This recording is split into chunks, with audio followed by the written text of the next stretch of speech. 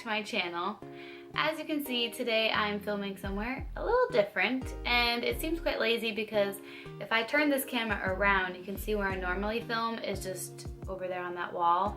But I did have a procedure done this morning. I had an upper endoscopy done, which I'll talk more about in this video, but I'm still really tired from it, so join me in some leggings, a comfy t-shirt, throw your scrunchie on your wrist, take all your makeup off, and just whip your hair out of a fresh side braid, and let's do this.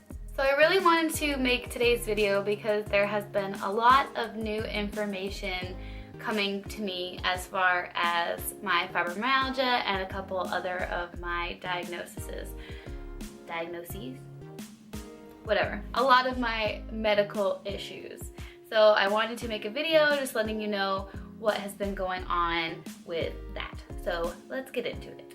So as I mentioned in the beginning of this video, I did have my upper endoscopy done this morning. This was the fourth one that I have had done since being diagnosed with Barrett's esophagus and acid reflux and GERD. I'm supposed to get them every 3 years, and this was the third year up from when I last had it. So I went in to have it done, and let's just say that the hospital's definition of shortly is different than my definition of shortly, because I did do a lot of waiting. I know things get backed up in the hospital, but I do start to get a little bit of anxiety when I'm just kind of waiting around and I'm like ready to get the thing over with. So that was that. So I was diagnosed with Barrett's esophagus. I can't remember the exact year. It has to be somewhere around like 2014 or 15. I remember I was still in my communications and media arts degree because I got the call when I was waiting outside class. So like I said, every 3 years I get a scope done just to check on it. And I remember when I was first diagnosed that they said it was not full-blown Barrett's esophagus, like I was in the pre-stages before you even get to stage 1 of how bad it can be. So every year since then, or every time since then that I've gotten the upper endoscopy done, there's been no changes. So when I got my little write-up back today, and it said that their findings were that my esophagus was normal, there is no endoscopic evidence of Barrett's esophagus in the entire esophagus, my stomach was normal, and they examined my duodenum, and that was normal. So normal's kind of good to hear, right? But it's a little confusing because I know they did biopsy for Barrett's. They also did a biopsy for celiac this time, so I'm interested to see if any of the biopsy results say anything about Barrett's esophagus, because now apparently I don't have it. Woo woo! Just as a little update, with my new doctor, my new GI doctor here in Durham, I did get put back on omeprazole after being off of it for about 4 years. And I had made no changes to my diet. I had been recommended to do the FODMAP diet, didn't do the FODMAP diet. So I'm wondering if it just healed itself or what happened. So it's all a little confusing. I'm hoping when I go see my GI doctor for a follow-up that she'll give me a little more insight on the situation. But that's an update on my esophagus. Now I saved the biggest update for last, and this one is definitely the most exciting, and I'm really excited to share it with you guys. So I started going to a chiropractor again. I hadn't been to a chiropractor since 2017, and that was when I was living back in Arizona. And that chiropractor did tell me I had something wrong with my L5 vertebrae, but didn't give me much more information from that. Manually adjusted me every time and then had me lay on the hydro massager bed, and that was about it. So I chose to go to Ignite Wellness and Chiropractic in Durham, and it was really awesome because I got a free consultation where they did my x-rays and they looked over my body and all the different chiropractic things that they needed to do. And right from the first time I walked into their office, it was a totally different experience. They were all so welcoming, and I got a lot of answers straight out of the gate and didn't have to wait around to know what the plan was gonna be, so that was really awesome. So like I said, at my first appointment, they did x-rays of my back and neck, and then they also did a scan of my spine. And so the next time I went back, I got the results from those, and I got a plan of attack for how my chiropractor wanted to help treat my fibromyalgia and do that through chiropractic care. Now during the first appointment, obviously you go over your medical history, and I was telling her all the things I could remember about my fibromyalgia or any injuries. And when I was mentioning everything about the pain in my neck and shoulders, she said, "Are you sure there's not any car accident history or injury that could have caused trauma to your neck?" And a little light bulb popped in my head, and I said, well, I did have a double concussion my junior year of high school. And she was like, that's big.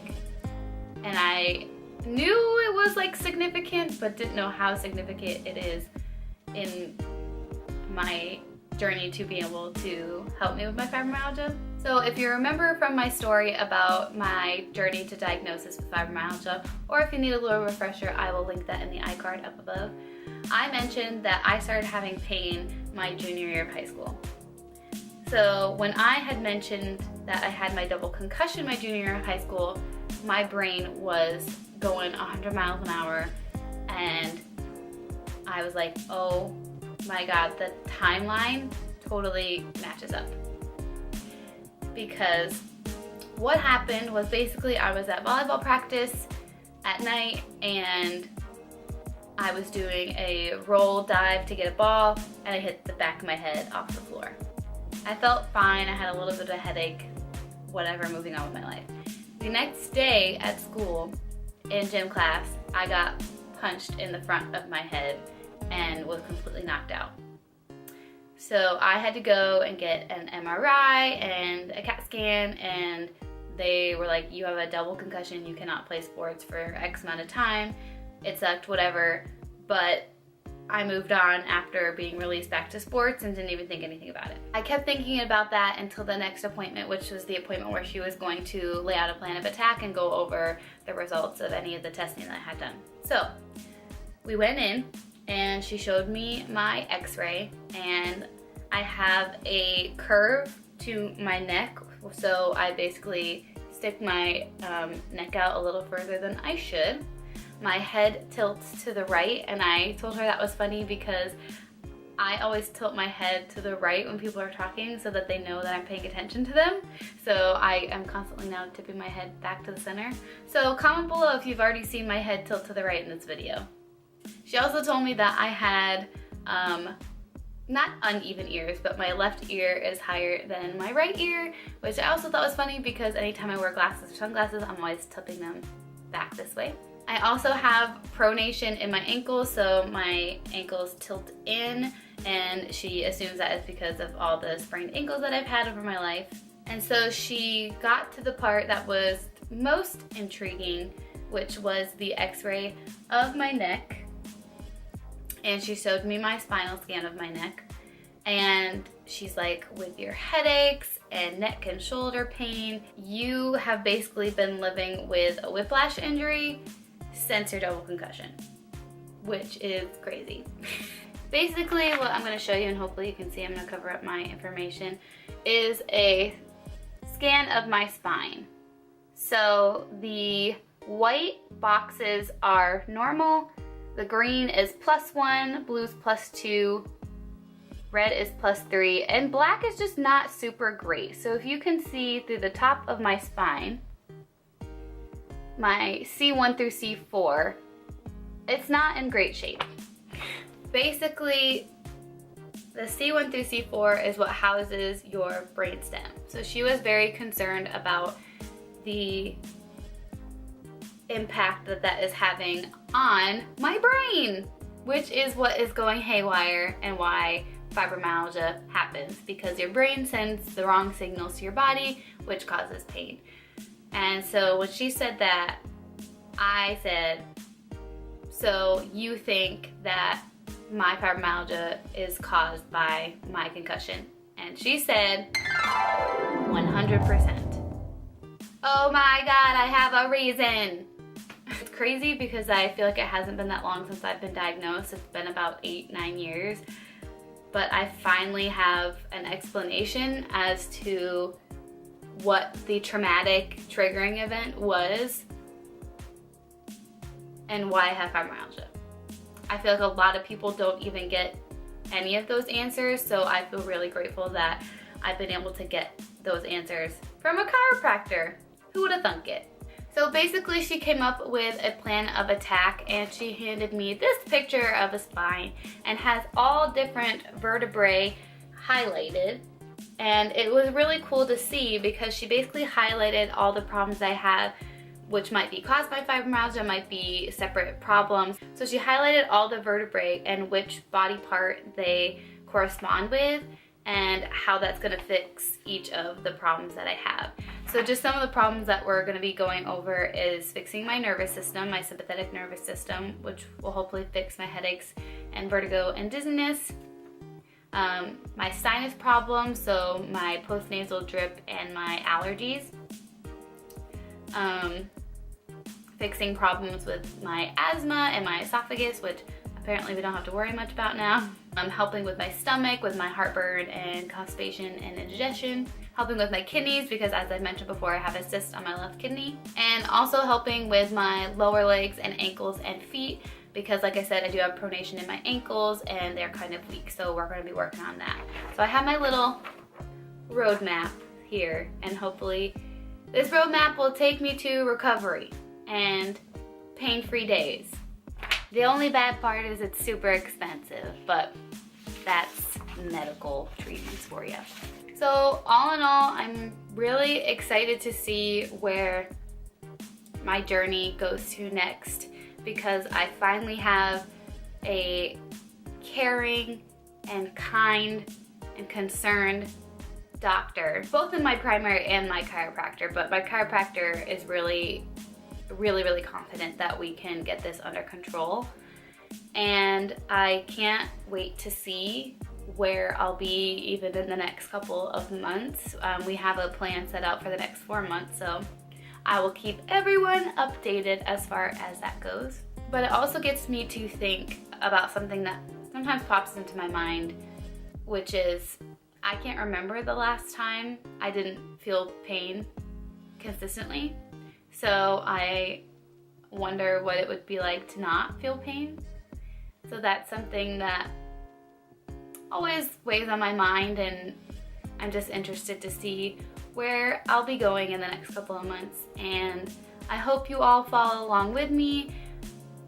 Oh my gosh, I totally forgot. I wanted to say thank you so much because I finally reached 100 subscribers on this channel. Because when I started this channel, I mentioned this in an Instagram post, my main goal was just to help one person. That's it. If I could help one person, I would feel like I made a difference in someone's life.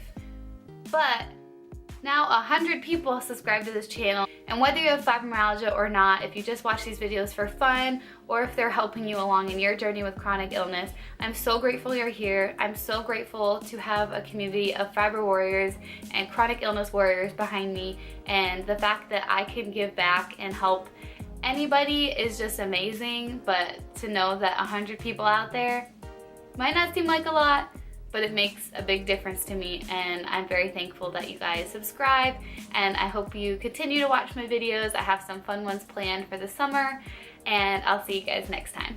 Bye-bye.